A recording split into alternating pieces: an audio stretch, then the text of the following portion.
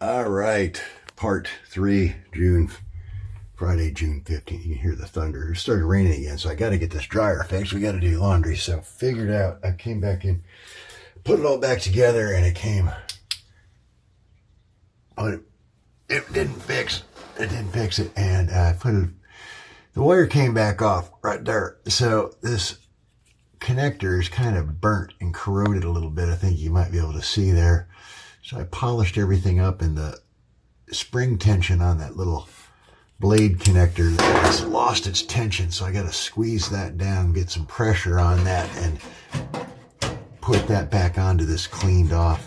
You got to clean that off with some sandpaper. You want a really good contact in there. So that weak connection there is going to heat up and spark and not be good.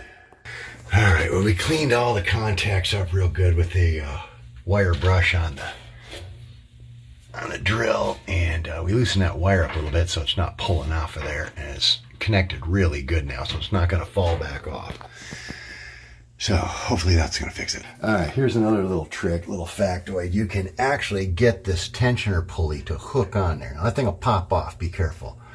But that's where your belt runs around the motor like this, and then around the tensioner pulley like that. So when you let that off of that little notch there, it'll fly that way.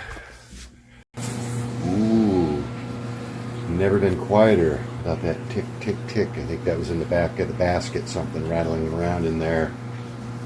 All right. Should be cottons. It should be working. Ah, we have heat.